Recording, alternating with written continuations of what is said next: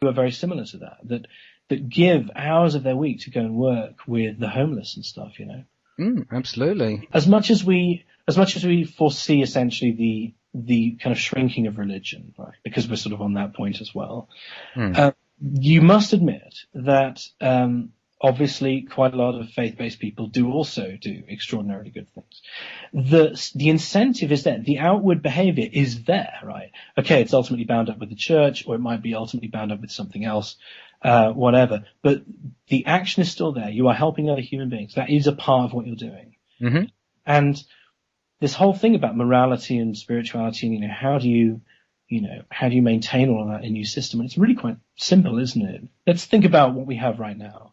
Yeah. We have a market that works together, apparently, right? There is cooperation in transactions, right?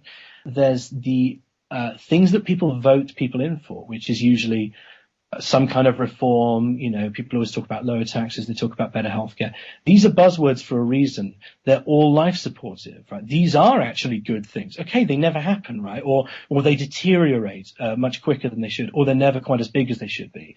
But those are the things you vote people in on. You don't vote people in on really corporate greed or pollution. I promised to make the seas red by 2014. You know, you're voting for stuff that's supportive for the planet. If you think about it, like you understand what positive values are. Well, those are the same in a resource-based economy, except guess what? We just actually do it because they're not inhibited by the current system's mechanisms.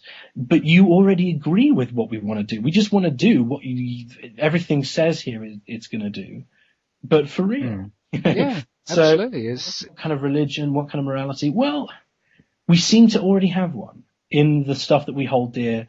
Advertising features trees for a reason, and features healthy-looking people and not really decrepit ill people for a reason, right? We understand what's positive in that sense. And, you know, I do get these questions a lot. I get them sent to me when people have, watched old stuff I've said. But they go, well, how would you know what people would need? You know, but that's so ridiculous. We do know exactly what people need. We know what they don't need as well. We talk about what they don't need and what we all don't need and what we could do without. Quite a lot. But just think about, you know, actually supplying the life goods that we do hold dear anyway. So that, you know, any sort of ethical, moral talk has to come back to really what the ultimate goal of working together would be. And very few people would say it's money. If you really press them and make them think about their life, they would say, well, obviously I've got to eat. I've got to get around. I've got to have something to occupy my mind. They're going to say, well, that if I need to have something occupied to my mind, that means I want to do something. So what would I like to do? And the question I got when I was over in LA for the media festival, I was just down the road in a bar with a friend of mine, and she was saying, well, people in their spare time, they'd just be lazy, right? There's a lot of people who'd be lazy. And I said, okay, let's try this question. So I got the waitress over and I said, excuse me, I'll ask you a weird question, right? If you didn't have to do this, would you still do it for free? And if you didn't, like, would you do it because you loved it, right? Yeah. And if you didn't do it, what would you do? And she said, well, I definitely wouldn't be doing this, right? I would finish my course up in sign language, and I would help go in a sign language school and like support people who are deaf and dumb. And I was like, there you go, you have it right there, man. And I said, well, what do you do now? She goes, well, I'm part-time studying that and I work the rest of it here. So in other words, this system is slowing her down. This system is stopping someone from learning sign language at the pace they would actually like to. Absolutely. So, you know, we talk about the ethics, man. I think we're very few when it comes to just the way the system works now. If we are so into ethics and helping people, dude, you'd be with us, right? Yeah. So. Exactly, because that's the thing. I mean, I say this to people so often. It's not, you know, a lack of motivation or anything like that that's holding us back. I mean, sure, that does hold us back to a certain extent, but it's the very inherent logic of the system itself. It doesn't want us to be fully fledged and fulfilled individuals, right. Because if we were, then, you know, we'd actually look around and think, wait a minute, this is all wrong. and we'd go, right, okay. If we were satisfied citizens, let's put it that way. Yeah. If we were satisfied citizens, we wouldn't be very susceptible to advertising, would we? Absolutely, yeah. No, we wouldn't at all. I mean, that's the thing. You've got to be a little bit, you know, brainwashed. And we all are, you know, all of us. Absolutely, yeah. I mean, I admit that I'm still brainwashed to a certain extent Mate, you and I by speaking other a third things. language. You and I are only expressing ourselves in a brainwashed way. Our language is a massive superstructure that we don't even regard when we think about our conditioning, you know?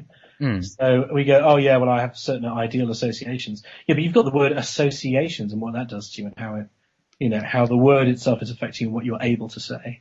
So a bit of a tangent there, but you know, I think that's all part of it. Shall we touch a bit on, because I remember a while ago it was a question that someone put to Jacques Fresco about whether religions would still exist in a resource-based economy and what the general society's attitude would be towards religion. Shall we touch on that a little? Yeah, sure. I think there's a very easy answer for that. I'd say there'd be as much religion in the future as there is tarot reading now. You know, there's a gradation of what people are into on a religious level. There's very, very few zealots and crazies in the real overt sense. The big main hump, you know, the big of the bell curve, most of it is people who are moderate and who are people who are moderate of most faiths, right? So, you know, I think every faith has this center, which is quite common, right? And then, of course, and then you've got the people who tail off and stuff. So, you know, you would have, and then you have tarot at some point. I mean, tarot is not adopted by most people, right? It's way in the minority. There's quite a few others that are like this as well. Any Victorian parlor games are almost on the same thing as well. They're not legal though, are they? So these things would be legal. I know Fresco said, well, you know, we would, on a Sunday broadcast them all at the same time. So you can switch over. Of course, they're not on Sunday, all of them, are they? I mean, no, Sundays. That's just that's just solar deity. Yeah, Saturday for the Jews and other, you know, for the Saturn essentially. And then of course it's Sunday for the Christians. But that's even better because that means you can expose all three even better because then you have a chance to watch all three. You know, you can watch them on each consecutive night. So I know he said that, but I think the demand for it to be televised would actually not be there. No, because it would be available. I mean, it probably would be televised, but I don't think it would be viewed, essentially. Not any as much as people ring up soothsayers or have, you know, really believe in tarot. I think I can name two people who put some faith in tarot, but they have stories that are very interesting. You know, you go, wow, that is actually quite amazing. It wasn't just tall, dark stranger. Yes, his name is Bob. Oh, I see Bob. You know, it wasn't rubbish cold reading. It was quite impressively accurate, but I think, you know, I still think that is a fluke, you know, but of course, it's just as likely to happen as someone to get it utterly wrong. So, you know, I think it would just relegate to a nicety, and that sounds really offensive, but I just think it would still be there, and it would probably ameliorate because the values that they espouse are in all the religions as well. You know, we talk about, you know, the general ethical operations. They overlap in the important bits. The golden rule's in all of them. The golden rule isn't even a rule. It's the first bit of, this is, I think, probably a decent way of saying it. It's the first bit of evidence that we have about the world is how we feel about something, right? Our reaction to it is evidence of something, right? So ergo, it's the first thing you can apply to any other human being. That's why it's the golden rule. I would like it if it happened to me because I know that because it's actually everything that's occurred I've had an opinion about, I've had an effect. So I know how the sensibilities are. I can project that onto them because they're a fellow human being. It's the same essential value. It's beyond even religion. It's the way that things are, right? So all of that is essentially, I think, where religion would go. It would be golden rule plus a lot of stuff that tends actually probably less towards the sort of heaven story, which I think is happening mostly. I think that most people who are moderates aren't completely on board with the talking snake and the burning bush and everything. People walking, you know, I mean, when Jesus is resurrected, the dead walk the earth in all of, you know, around the area. Everyone. I don't think people really go, that definitely happened. Yeah, I mean, I'd say I would agree that, you know, it is mainly with the moderate people because it's like with anything really, any sort of ideology or concept does with anyone who receives it, there is a certain element of a tendency to be extreme with it, but with the main populace of people who receive it, they are moderate with it. I mean, it's just one of those things. I mean, but even with some of the most extremist views, some of the moderates do still believe it, but they don't proselytize it. They're like, I honestly, I do, but I do believe in, the talking snake, and because it reminds me of the scene from Bill Maher's Religulous, where he's talking to the senator. And the senator's obviously not evangelist or anything. He's moderate in his religiosity, if there's such a word. It's the majority line that he walks, and because Bill Maher says, "Come on, you're a senator. You're one of the few people that are actually running this country. Am I supposed to feel safe if there's someone running my country who believes in a talking snake?" And he's like almost pleading him, saying, "Oh, come on, please let me have this belief," sort of thing. It's nice to have. It's nice to have. Yeah, exactly, and that seems to. He also can't name the commandments, can he? No. Or something.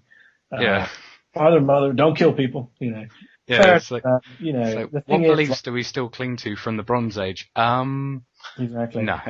We have to remember also, actually, to answer and say, well, I don't really know the Ten Commandments, is sort of accurate, because if he is a Bible-reading Christian, he would know that they appear at least 3 times, and that they're not 10 when they arrive, and they sort of overlap a little bit, Yeah. Christopher Hitchens talked about this really well in, I think it was called The 3 New Commandments, which is worth looking up on iTunes. Yeah, I heard that one, yeah. He does that one very nicely. So actually you can see where people might get confused, Yeah, look, on the whole, that's sort of where I think things will go. I think the positive qualities of every religion will stay, as do the positive qualities of anything. We have changed our social operation quite significantly, in periods of time. I mean, just think about it. There's one thing that I read, what was it? The move from public execution, hanging, drawing, quartering, boiling, right, all this awful stuff, through to the prison system was less than 100 years. It was like 80 years before it was completely changed. So now that, I don't think that changed because of being nicer to people. However, it's a very different way of behaving with the individual, and it happened very quickly. Exactly, yeah. So large scale change is possible, but we should make it for the genuinely better rather than the byproducts of, for example, totalitarian power consolidation, in the case of the prison. But, yes, so we can do big things, and we can do big things that does involve how people behave. There's a book about this that I need to read by Sam Harris called what's it called? The Moral Landscape, that's it. Yeah. And that talks about, can science answer moral questions? And I've seen some talks based on the book by him. And the basic thing is, well, if you think about it, we know that it's better to not starve, right? We know it's better to have adequate physical health. That is already sort of a moral thing. It is, you can deprive someone of that and they'd have a worse life. So it is a moral question much earlier than you're giving it credit for. And it's the method, it would be the method by which you keep that human being well as well. So, all of that comes into play too, that really does. Yeah. Yeah, it's just, I'd say in an RBE, morality does sort of just like joins hands with and skips down the road along with common sense. Yes, exactly. Really. It's just like, well, it's common sense that if you give people the necessities of life, you allow them to feel loved, you allow them to feel like they're worth something, not necessarily because of something that they do, but purely because of what they are.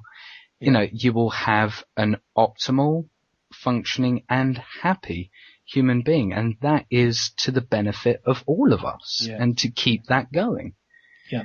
I'm actually afraid of a great deal of people in our society, simply because I know the pressures that are put on them. And I think, man, that's really frightening, actually. Not because they're bad, but because what you're essentially pushing them to. There are such phenomenal pressures that, have, thank God, not touched my life, that could touch my life. And that's another source of fear. It's actually, if people are so paranoid and scared, they really should be paranoid and scared of this that we're in now. It's really quite scary. And it's scary because we know what's not scary. We know what's pleasant. And that does need to be put in, not only because it solves the dire resource need and the dire environment need, because it is an environmental shift, but because, it's time not to stress so much, man. We do not need to be stressing so much. Anyway, yes, that's probably enough on that. Yeah. We wanted to talk about two more